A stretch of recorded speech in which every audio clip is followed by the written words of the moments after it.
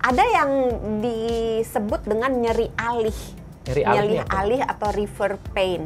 Jadi yang terganggu di sebelah mana, sakitnya di sebelah mana, gitu. Contoh, kalau ada saraf kejepit. Oh iya. Ya, itu saraf kejepitnya di tulang belakang, tapi nyerinya itu bisa menjalar sampai ke paha, ke lutut, ke betis, sampai ke kaki, gitu. Tapi bisa juga misalnya karena masalah di persendian, misalnya ada sesuatu di sendi panggulnya, maka akan terasa nyerinya sampai ke lutut. Padahal bukan lututnya yang bermasalah, tapi nyeri panggulnya.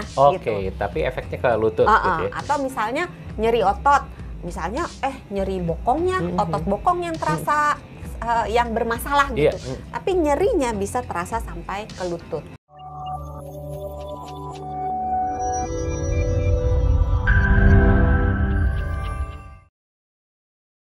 Sebenarnya kalau lutut nih bisa disembuhkan di rumah nggak sih? Ada nggak sih cara-cara yang misalnya dikompres gitu, atau misalnya direndam air hangat supaya meringankan sakit lutut, dan ini bisa dilakukan di rumah? Kayak ayam gitu ya. Dia marinasi dulu. Oh iya bener ya? Kan? Habisnya dipijet-pijet ya. Tapi beneran sih kayak ayam, nanti di belakang ya kita ceritain.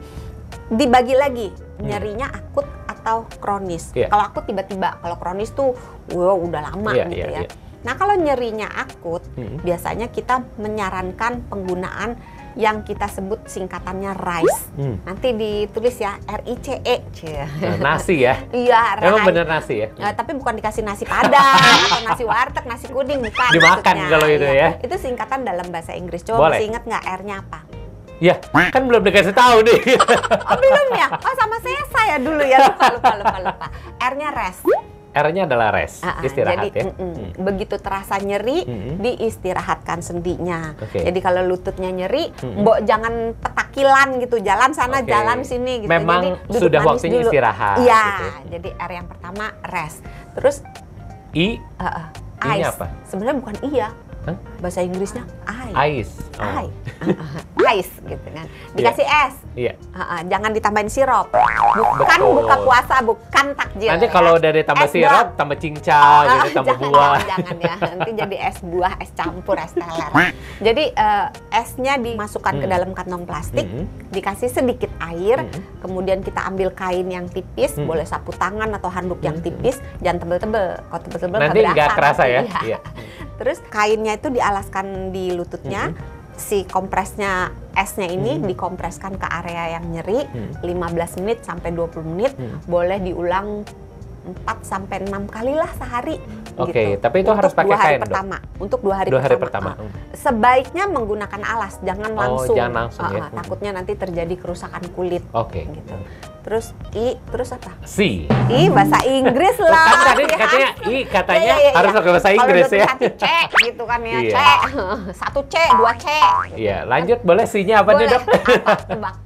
C-nya tadi kalau C-nya kompres enggak ya? Iya benar. Oh benar ya? Jadi dibebat. Kompresnya bukan kompres dikasih es ya, kan itu es. Ini dibebat. Dibebat. Pernah kan lihat kalau yang oh iya benar, patah tulang coklat, gitu. Ya, dipakai elastik perban. Kalau nggak punya elastik perban, bisa pakai sarung yang buat olahraga itu yang di lutut.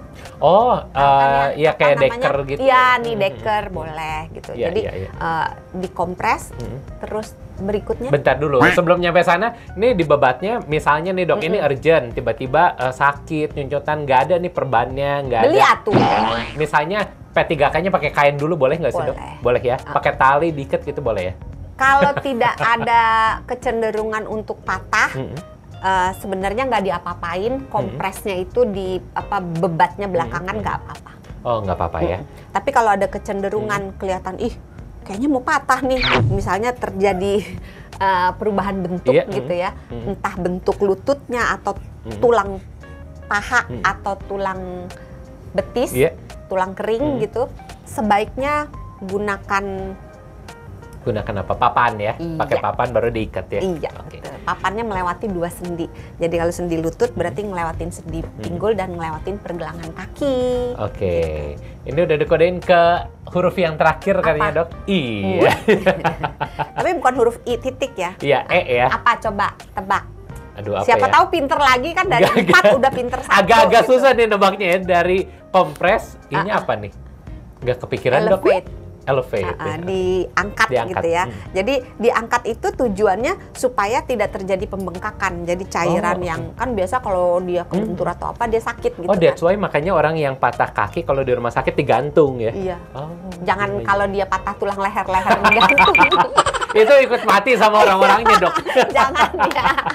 Beda kasus. Beda gitu kasus ya, Kalau oke. kaki ya digantung. Ini agar memperlancar peredaran darah. Itu prinsip yang RICE.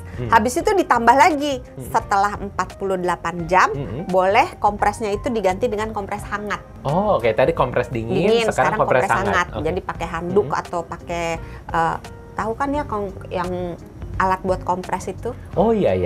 Diisi ada yang bisa air hangat dicolok ya? gitu. Ada. Tapi kalau yang dicolok ditungguin ya. Ntar kelamaan mateng gitu, bisa jadi kerupuk gitu.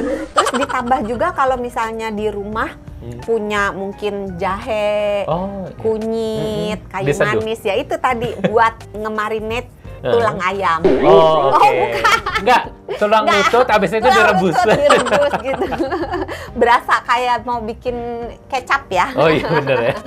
Jadi makanan-makanan di dapur banyak yang fungsinya bagus untuk mengobati peradangan, untuk mengurangi bengkak, mengurangi nyeri. Itu tadi yang disebut, itu beneran ya tapi ya. Jahe, kunyit, kayu manis itu boleh direbus. Kalau nggak suka salah satu aja. Kalau suka di tiga-tiganya boleh. Kalau suka dua juga boleh. Suka dan nggak suka kan nggak dimakan nih. Diminum. Diminum. Iya. Oh beneran direbus, diminum. Iya. Oh sangkain dibalurin di kaki enggak ya? Belum pernah baca sih, tapi dulu pernah baca tentang jahe ditumbuk gitu. Iya. Tapi rasanya panas nggak ya? Karena beberapa pengobatan tradisional kan ada boleh kan sih. yang misalnya dibebet pakai ramuan, racikan sesuatu baru boleh sih. Karena jahe itu memang sifatnya antiinflamasi. Jadi memang boleh digunakan untuk membantu mengobati, mengurangi si reaksi peradangan yang terjadi di lutut. Nah, kalau reaksi peradangannya mereda, maka nyerinya otomatis juga akan mereda. Itu tadi yang nyeri-nyeri akut. Sekarang nyeri yang kronis. Kalau nyeri yang kronis, salah satu penyebabnya, salah satu terapinya adalah dicari penyebabnya. Artinya harus ke dokter. Ya diduga-duga juga boleh gitu ya. Kalau diduga-duga nggak ketemu ya ke dokter gitu ya. Kan. Betul. Soalnya kalau digosipin sama tetangga kadang-kadang agak susah ya kalau itu ya. Ketemu enggak, yang ada banyakin dosa gitu kan. Jadi dicari penyebabnya, sumber utamanya. Misalnya kalau nyerinya karena gout, karena asam urat, ya maka asam uratnya harus dibereskan juga selain nyerinya yang dibereskan. Kemudian kalau yang nyeri-nyeri yang kronis, biasanya kita kompresnya nggak pakai yang dingin, pakai yang hangat atau gantian. Jadi dingin, terus ganti ke hangat, terus ganti lagi ke dingin. Terus makanannya sama. Ini artinya juga cukup menjelaskan ya dok, beberapa dari atlet nih kalau misalnya cedera lutut, cedera tulang, nih dibuang. Enggak dong. Enggak dibuang, cuman diganti aja pemainnya. Jangan ya. Ini ada pakai salep-salep gitu dok? Ya. Kan ada salep yang panas sama dingin. Ada yang semprot juga. Nah, ini artinya bener ya, harus pakai yang cool dulu, baru habis itu yang panas. Kalau nyeri akut kan, nyeri ya? akut tadi prinsipnya apa? Kalau yang akut, yang panas. Yang RICE dulu. Yang RICE dulu ya, oke. Kalau akut. Artinya memang bagus yang dingin dulu, baru setelah. Tergantung akut apa kronis. Oh tergantung, jadi balik lagi ya. Kalau dia nyeri akut, es dulu. Setelah 2 hari baru anget. Tapi kalau dia nyeri kronis, jangan yang dingin, tapi dianjurkan lebih ke yang hangat. Atau gantian. Dingin, hangat, dingin, hangat. Tapi sebenarnya kompres ini pilihan sih ya. Walaupun teorinya begitu. Kadang-kadang orang yang merasa, walaupun kronis, dia merasa lebih baik dengan kompres dingin, monggo aja. Oh nggak apa-apa, nggak masalah. Balik ke orangnya masing-masing. Balik ke orangnya.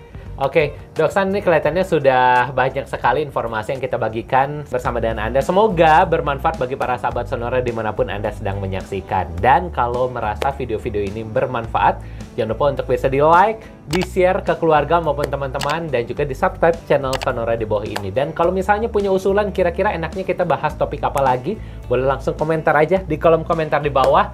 Siapa tahu nanti next-nya akan kita bahas bersama dengan Dr. Santi. Dan jangan lupa apa, Dok San? Sehat itu mudah, sehat itu murah. Bye-bye.